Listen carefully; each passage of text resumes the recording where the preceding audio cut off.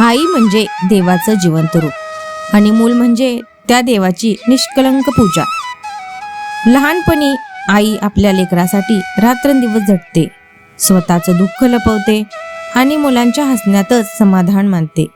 पण जसजशी मुलं मोठी होतात तसतशी आई मागे पडते आणि हळूहळू एकटी पडते.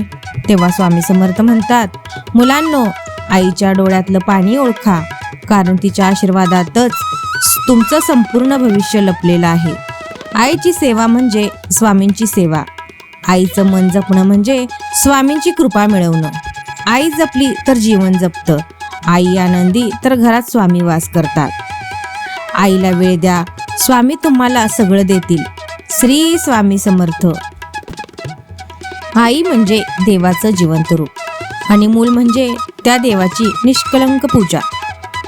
लहानपणी आई आपल्या लेकरासाठी रात्रंदिवस झटते, स्वतःचं दुःख लपवते आणि मुलांच्या हसण्यातच समाधान मानते.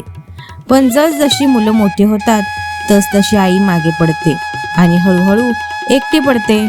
तेव्हा स्वामी समर्थ म्हणतात, मुलांनो, आईच्या डोळ्यातलं पाणी ओळखा, कारण तिच्या आशीर्वादातच तुमचं संपूर्ण भविष्य लपलेलं आहे. आईची सेवा म्हणजे स्वामींची सेवा. आईचं मन जपणं म्हणजे स्वामींची कृपा मिळवणं. आई जपली तर जीवन जपतं. आई आनंदी तर घरात स्वामी वास करतात. आईला वेळ द्या, स्वामी तुम्हाला सगळं देतील. श्री स्वामी समर्थ.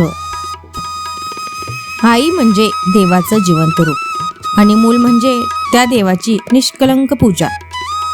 लहानपणी आई आपल्या लेकरासाठी रात्रंदिवस झटते, स्वतःचं दुःख लपवते आणि मुलांच्या हसण्यातच समाधान मानते. पण जसजशी मुलं मोठी होतात तसतशी आई मागे पडते आणि हळूहळू एकटी पडते. तेव्हा स्वामी समर्थ म्हणतात, मुलांनो, आईच्या डोळ्यातलं पाणी ओळखा, कारण तिच्या आशीर्वादातच तुमचं संपूर्ण भविष्य लपलेलं आहे. आईची सेवा म्हणजे स्वामींची सेवा.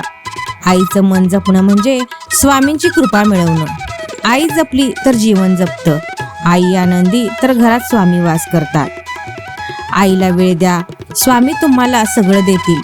श्री स्वामी समर्थ.